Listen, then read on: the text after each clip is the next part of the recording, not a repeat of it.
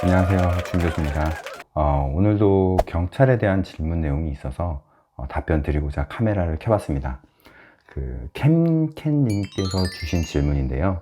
질문이 여러 개라서 우선 질문 내용부터 말씀드리고 항목별로 답변을 드리도록 하겠습니다. 좀 내용이 많아서 보면서 말씀드려 볼게요. 자, 질문 항목이 6개나 되는데요. 첫째, 준 교수님이 생각하시는 경찰 조직의 문제점.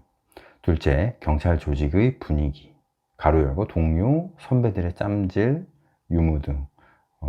셋째, 경찰 조직에 있으면서 인생에서 얻을 수 있는 것들. 넷째, 경찰 조직에서 힘들었던 점. 다섯째, 경찰을 하기 가장 잘했다고 느꼈던 순간.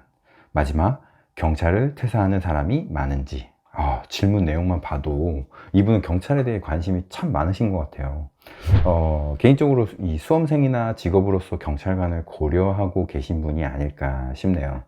질문 내용 중에 어떤 질문은 뭐랄까 굉장히 좀 광범위해서 짧은 시간 안에 모든 내용을 담을 수 없다는 점 양해 바라고요. 오늘 답변 드리는 내용은 온전히 제 경험을 바탕으로 한 주관적인 내용이니까 참고하시기 바랍니다. 자, 첫 번째 질문 보겠습니다. 준 교수님이 생각하시는 경찰 조직의 문제점은 무엇인가요? 사실 아까 답변이 굉장히 광범위하다는 질문 내용이 바로 이 질문인데요. 이 정도면 뭐 경찰 면접이나 경찰 행정학과의 레포트로 제출해야 하는 주제가 아닌가 싶습니다. 심도 있는 내용은 나중에 다시 한번 다루기로 하고요. 우선 제가 평소 생각했던 경찰 조직의 문제점에 대해서 3가지 정도로 추려 보겠습니다. 자, 첫째, 계급 체계입니다. 경찰관은 국가직 공무원임에도 불구하고 계급 체계가 일반 공무원하고는 좀 많이 달라요. 일반 공무원들은 9급부터 시작해서 1급까지 총 9단계로 되어 있지만 경찰은 순경부터 경찰총장까지 나열을 해보면 순경, 경장, 경사, 경위, 경감, 경정, 총경, 경무관, 치안감, 치안정감, 치안총감. 숨 한번 쉬어야 돼요. 총 11개의 계급 체계로 되어 있어요. 그러다 보니까 결국 경찰 조직의 계급이 일반 공무원보다 2개나 많은 건데요.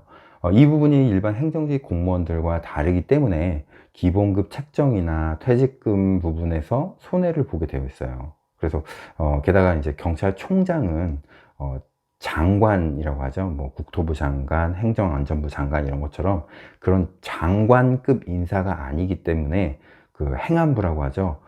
경찰 조직은 행정안전부 장관 밑에 들어있는 차관급 인사다 보니까 경찰총장이요.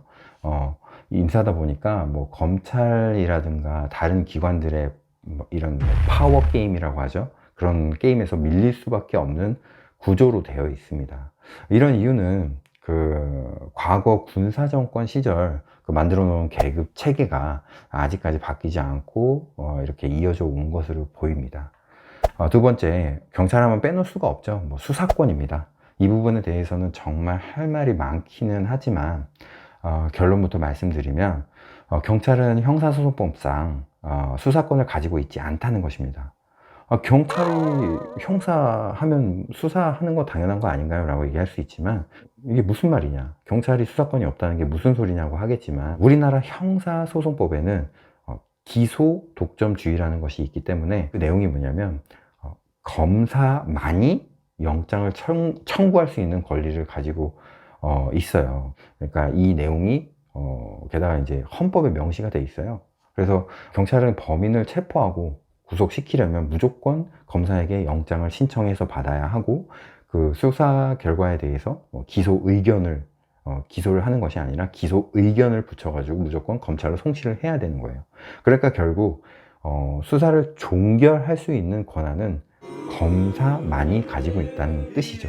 뭐 미국 경찰이나 우리가 이제 흔히 보는 영화나 드라마에서 나오는 경찰들을 생각하면 굉장히 멋있어 보이기도 하는데요. 막상 실제로 따져보면 경찰의 권한이라는 것이 그렇게 강력하지는 않습니다. 이렇게 된 이유는 과거 일제 강점기죠. 당시 그 순사라고 들어보셨는지 모르겠지만, 당시 경찰은 일제 치하에서 국민들을 엄청나게 억압했기 때문에 그 대한민국 정부가 다시 수립되면서 아예 그 경찰의 권한을 억제하기 위해서 헌법에 영장 청구권을 검사만이 가질 수 있다고 명시해 놓지 않았나 싶은데요. 이제는 뭐 거꾸로 검찰이 너무나 막강해서 다시 권력을 분산해야 될 때가 아닌가 싶습니다. 자, 세 번째는 제가 생각하는 경찰의 문제점이라고 하면 입직 경로의 다양성으로 인해서 조직 내부에 그 파벌 형성이 있다는 겁니다. 그 경찰에 들어가는 방법은 여러 가지가 있는데요. 우선 경찰대학교를 졸업하면 사관학교를 졸업한 것처럼 경위로 임관하게 되고요.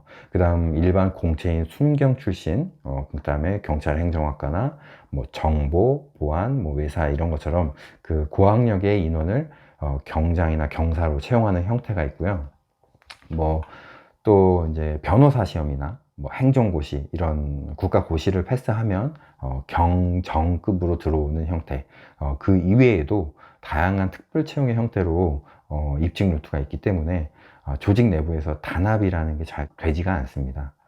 그래서 저희가 현직에 있을 때 농담 삼아 얘기하기로는 경찰은 모래알 조직이다. 뭐 이제 뭉쳐지지가 않는다는 뜻이겠죠. 라고 얘기도 하는데요. 그리고 뭐 경찰은 뭐 11만 명이 넘는 큰 조직이다 보니까 조직 내 파벌 형성이나 뭐 낙하산 인사가 뭐 없다고 부정할 수는 없는 것 같습니다. 이렇게 크게 세 가지 정도로 경찰 조직의 문제점에 대해서 알아봤는데요. 어떤 조직이든 문제점이 없는 조직이란 없습니다. 그리고 단시간 안에 그 조직에 대한 문제를 그 알아본다는 게 쉽지 않은 일이기 때문에 기회가 된다면 다음번에 다시 심도 있게 다뤄보겠습니다.